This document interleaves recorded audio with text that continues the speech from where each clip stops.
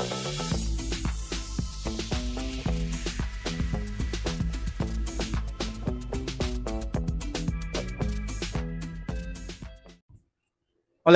voin hi April ni somni le pali ania. Na thial district a kan kal do na school to kan tum do ni. Abik takin sarkar school to kan tumanga. Na kanom na hi ser chief Sailiam kon ani a. He mi kan kading lama hianin Aizol Road via Sial Suk Road a oma. Hei hi mat luite atan tlanga hemi kong hian chuanin alaya khian kita otorek so tlan chho na khi ser chief ko pilu na kong ania chuanin helamba hian kong thar nuam nom mel mai om boka hemi kong hi bypass road ania hi chingchi pa achuak tha chuak phe ni ome ti chuanin ka veilam panga hianin kong nuam mai a om boka hemi kong hi cây trùng road ania an siam lai mek te ni a then te chu four lane tur ania nuam khop mai an tia he kan kal don ni tuna hianin chongmadar riat le minute zingdar riat le minute somni ani o hei ser chi Sailiam kon ta tang kan chuk tha a e aizo ta han kan chuk tha a chin khan ngai mo te mai ka mi ti kham deuh tu ka hmu a heti lai hian kan zu en le lokang hetlai hi arimpo anang angang khop mai environment an boi pui hai tun nai atang nge ka shalova an boi pui na chu rei to in karinga rot felanu kan ti te puwana te alar zual le ni chu roma mar ti te an ni an boi pui na sakop moya aizol chu hi bol ho pai kan lo thla da emo ka ti hei ser chi daya po hian heti hian no kan lo pai na sakop moya hei hi ni chinami te khanin zin vai vak te pai alom te kha ti do in ka hria a ka hriat so lo chuan ma se heng zong zong hi zin vai vak te pai ringot chu ni thei do nam moni le ka ti deu ni tam em a hei heti hian inzir kan ngai khop mai faina te thiang limna te hi changkan na ania changkang kan ti hi diktak chuan faina le thiang limna hi ani deuh mai sap kan ti te po bal deuh walo om chuan a changkang kan ti chung lo chuwang chuan faina thiang limna bolhlo a hmuna pai thlap thlap te heng hi changkan na dikani ti lai hi mi puite kanin zirti rangai sa hle mai ti kha kalpain kanan enzo kani chu thalo tak zetani hei hetlai hi ka soyang khan ser chip dai ania a hal na tur hmun te han siam sela ti hian rem chang takin ti thei reng om sia huna tha a huna la tha a hetlai hmun hi la thai mai maya hetia ti rengo thianin leilung tan po thil thalo tak ani dor ni khu plastic tam em mai ni po ni sela kan video ten lo fu ni chuan mala na om tura ngai ani hetlai hi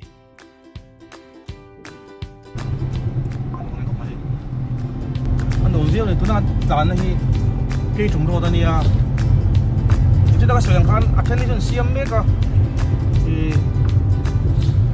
four lane tura ngai ania four lane chu phalo doing ka hria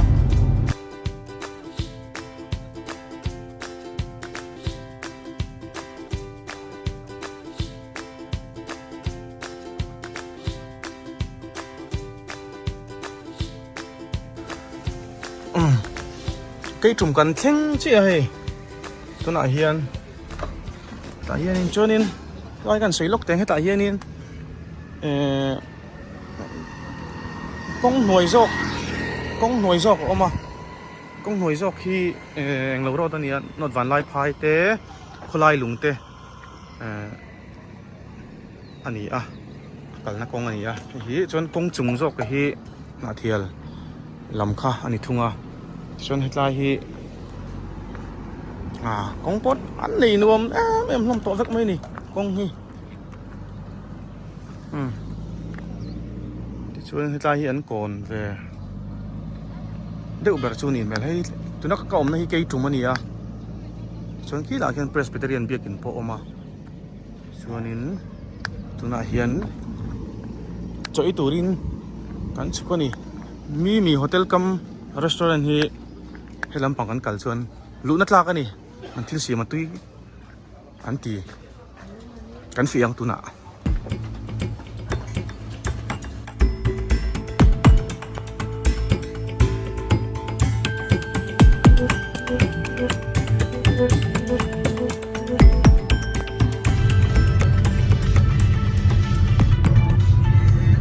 na thial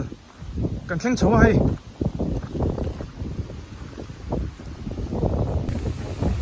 borok anu mang reng khop mai alum viu ka ring ania ma se na thial hi borok anu ve khat kalna nia kanom rei man don lova poni se kan lut ro yang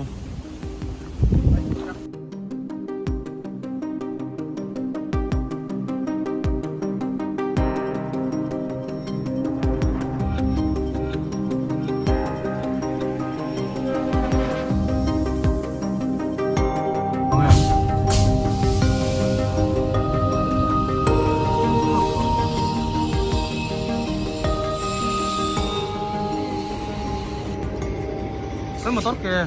thẹp lậu mày à này ăn thấy mê cả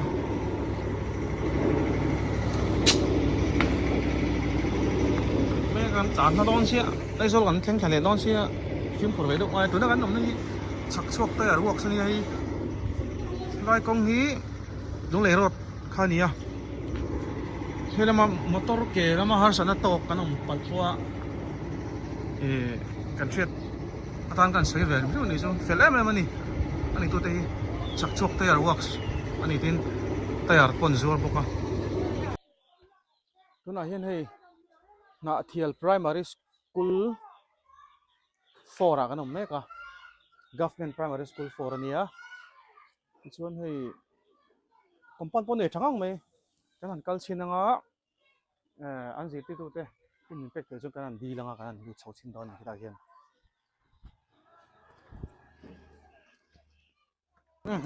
hey na thial primary school 4 a kan ma tu na government primary school ani hei an fel lom khop mai an fel fai hi mu han seom khopa han bali mo ting han om mi lo zona tleng kon zo tang in ming kha an soilok tole Jacob dalma soma kumen zat nge Kumriat class 3 class 3 mo nang le Mason Feli kumen zat nge Kumriat class zat nge class 3 nang le Thilam Puya lo lom puya class 2 chong kumen zat ni kha Kumsari kum sari mo chong heta bol ni hi Sila Shuai Gangi chong kumen zat nge Kumkwa ko le tlon class zat nge class 4 class 4 na kuma chuanin middle school kal ve thedon ba ang ve tro nang zang ele The Sila Komai class 4 ani le in school hinom in tiem Oh ti Tilutuk tuk mo nang Nom le Tilutuk nom ti tuk mo nang le ano tak mo an fel le mai zona ta thatakin min sanga chuanin Soenghan primary school a kanuma to nine hathela an knowledge hi engange ni ti ka heve chak rim sima primary student mani se oi emlam pum ka zotang oi emlam pum sem Shamila sebe la mo poya nang Yang Miza Association yes le he na so diklat ani le he tam hi kan zot teng MHEP lampum kem Hello selo tlat ani le nang MHEP lampum Hello oh le Mày chạy easy số tèo lít tục đúng rồi xía em ấy chỉ bị làm bùng đúng rồi xía đúng rồi Mizo mày chạy easy không bol oh mình dâu mày chỉnh suy không pol adik lít tục ha ôi mẹ làm bùng cần sẽ tổ bốc á tin em ấy chỉ bị làm bùng cần sẽ lệ tổ à ani le kan chief minister Mizoram chief minister ang siya bilem oh đúng rồi Mizoram chief minister siya le mo Pudu ama. avan se em o tu hin kha thei na som fel hi a thlo ka cha a brighta knowledge po a tha ti hriat lom khop mai chuanin ani le e education minister share kanom mielem in how to ber school zong zong Mizoram school zong zong student zong zong in mis tele in sarte zong zong te how to ber khatunge chem doktor tirole doktor wal sada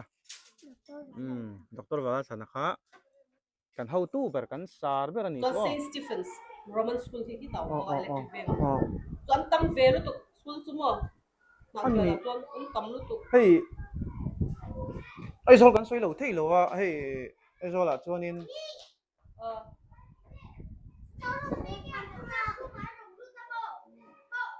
Tireng kha kan break po hi ke ni tu mo tireng kha. Anh em Matthew, what do you want? Natan. Nghe trả bị kha, bol kha.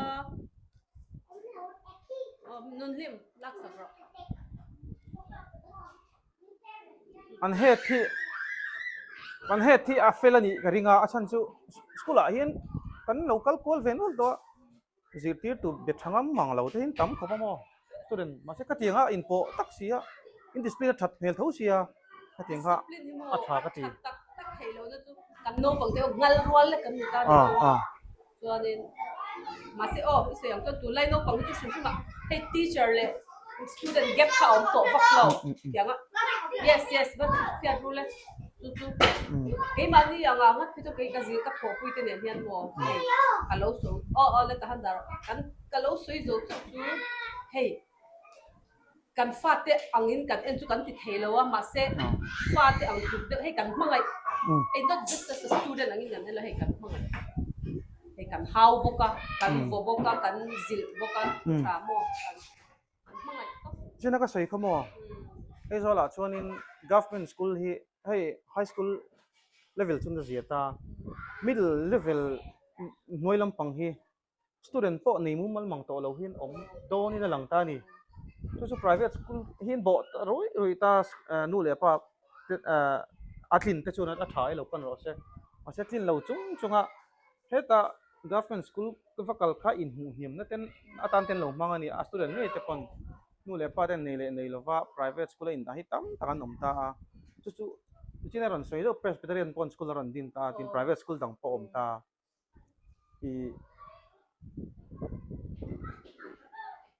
i omat china hian ani le student hi in lo nge nia in pung kan enrollment zo kan constant to mo asa tu kama head up pingeng kuin nita hey senior hawang chin khan nita a thalut tu ani po kha to ke ma khat yang ka thoka tong kan exam han ka ting kha to head school han ka post zom ta kha hey ke ma wang ani chuang lo ka senior teacher te kha an ngai san on tok ta kha an mani na ha ka continue ke ma chuan mo tu change po tu ti takin na tam lo ma se hey thalai rol kan han thok ta kan combination kha ti ha leba ka soi du tu ai zo so ya khan mo tu na ke mani age group anga hian ke mani batchmate anga hian sarkar school han tran kan la na salut tu kan ni tu ke mani batchmate anga po tu head an tam to ta ku ta reng sang sang ka thian te ke mani 2021 LDE exam kha kan ti ta ni tu 21 batch kan ni ya lo va kalu le edi nakina ka rong kalang miss ni bula ha lo va soi ro le miss choka miss ni bula tu englo an tang lu tu in se I kal kwal du chuan mo ka suggest du tu I ngoi ro Bethlehem primary school te chuan hei englo je buana primary school ti ku government ba tu an tang lu tu ku te ku mo aizola chu ke mani po hey WhatsApp group ate kanon ve kan chu ti khan kan motivate to na chu mi chu kan school a chon chu mi chu kan ti ti uniform thengin hei ti khan nge kan tran lak na ha le hei lung le ya te po re ko sang sanga ke mani ho khatian hey change khatle min ron om tran khatia me hey change kha ron om sim government school ani chu a big takin ke mani group kan om china chon primary primary school level ani wang khan ke mani ho hei tu na lung le kan thian pa po sar ku ngate school a chuan hei aning lo to 1000 words in a year angte kami ka an aim top no pang khanin hemi kum chung hian 500 to 1000 new vocab and zero to rani ti khan chu wang chang ke mani a ma ka soi sel na ni lovin tu na han thar na de om ni chu ke mani zero to education minister kan nei thara an phura mo thum chimina education minister kan nei thar kan lom lu tu ka kami ma po khan alo in tran ko ka te na ni chu kami ka min tui pui tur ka ron om le chia ta ka a phura mani chu mo ka hemi ke ka adik na ani chu ani le ana thial chung thum shuma hian i hret pui ve thoin garinga ai kalak chung chang a hian a sanai in tok ve ke mani school a chang kan ai kal tir kan nom lo wa thave chan chu het tan hian alu hei thak ve thinin karinga thial primary school a hian tuna hian ai kal tir nom lo chu po chu development khan ne hrim hrim to an sei thina development hi building le construction le in chung in sang pui sakha ni lem lovani danga kan la hriat ngai lo ma son na kong kan zo kha ani deu ber maya pon se lo bom la mai I hun na tai te lu nan kan tu tok phatang so yang khanin hun kan nei tam lova school zong zong to chote po cha ko kan kal le huna school dang te po kan to tu ra ngai la to a chon kan phei le phatanga ke tu ma te hun kan nei chon kan lut phei le don ani an fel khop mai tin so yang khanin na theli district capital ani na hi lang ani committee an fel em fai an fel fai em ani ko poi nokan mu tur te mang lo reng na thela tanga nan tlan phei ve ka tu na hianin ke tum primary school a kale kan tu mong an lo bang lo tur ka nga ya na hian dar ni uptel don bang to primary school rem lo pon middle school a kal ka kan tu mong ak ang renga kar khat tu kana tan ringa ke tum he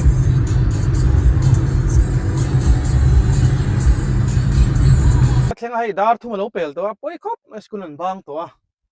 ma se hetlai thleng ta chu an school building te amun ma te kan en ve hrim teng ke tu wa hianin high school oma pakhat oma middle school government middle school pakhat omin aided kan ti sarkar puina larani ti mai ang hrethiam ta olsom bera chuan chu pakhat om bokatin government primary school i pahnih a om boka chu chun din mun ani school no pan nga lo chon heng te po hi han soi khom dan te po om lo mi te kan ti ve ngot ani chu hetlai hi ni school school building an ni thok mai hei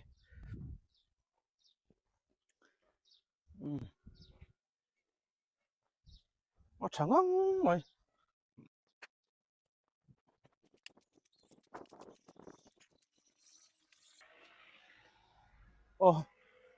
hetlai hi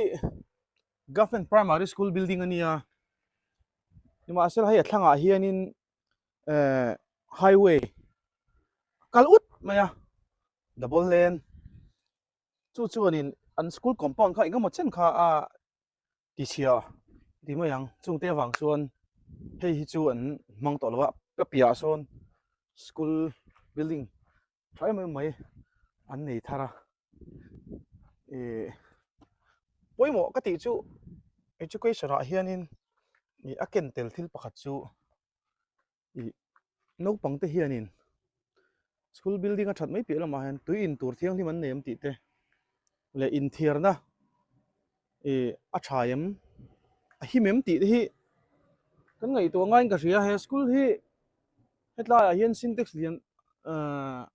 literang zat dong ne he thil hi liter sang ni dong oma hi an ring mai ni tura ka nga ya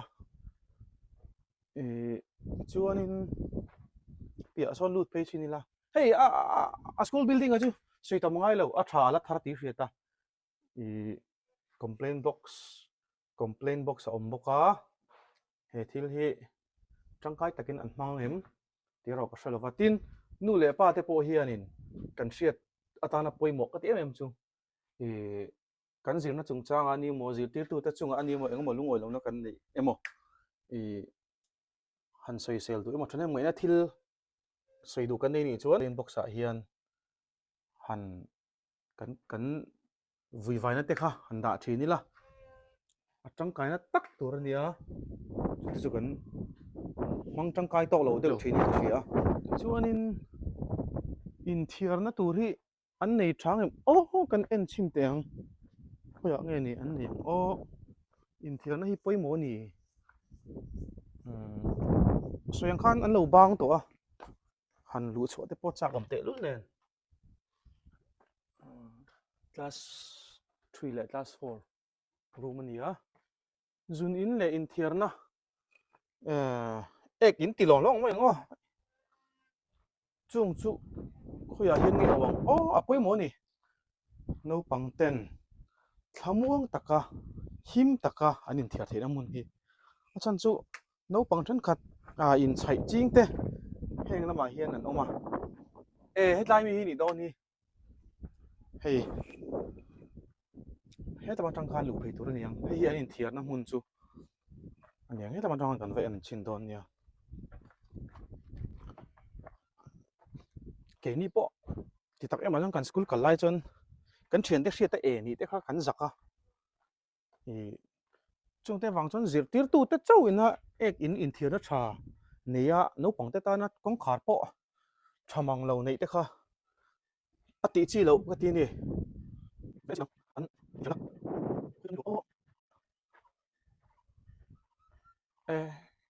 hemi building lui chung atang hian lu ta ni mai mel tui OMO tui po hei ro te khai sakop mai alum po lum lo satina sa ni tui kan in turte athiang in to lo chon kha khan no pangte a hre lo na na te hri te ni an ma ni thlen the ni chu wang chuan tui thiang lim ngei an in te kha no pangte tan changkai em ani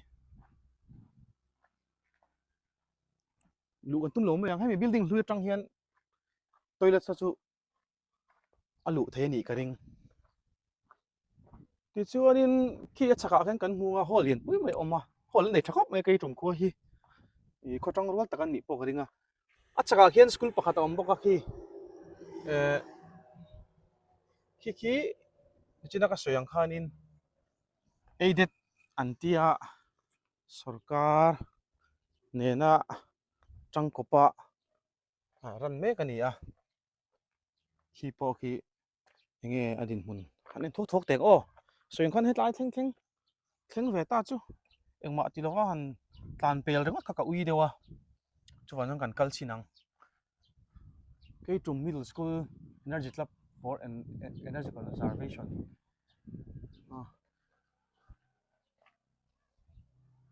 hall pon nei thakop mai hei alian kop mai Keitum hi khotang rual takan ni ka ring middle school hi school building po chu thil to ka chhia chu ni lo ve a tha tin hei ground po in fiam na turte assembly ne turte po an nei a thakop mai hei classroom po la in khar lova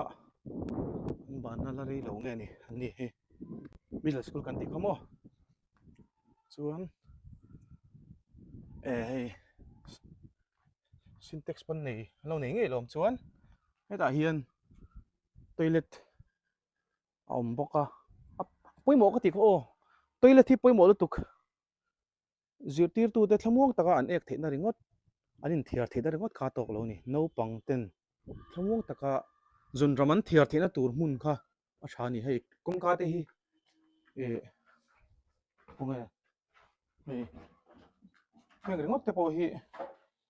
chu du sam lo ni hei chunga lu tan no pang har deuh phei chu thian te le abik takin mai chia anin thiar la ya ti boy ching te po hi no panga hen om thei nia chuan tuin tur thiang lim hi an nei tura ka ngai he syntax thadok men lo nei boka tiang chu ni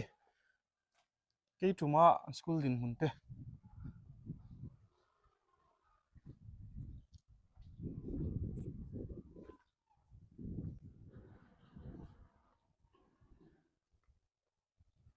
hetarang hian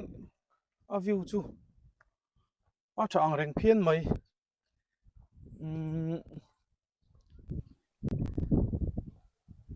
hi da hian presbyterian biak in a oma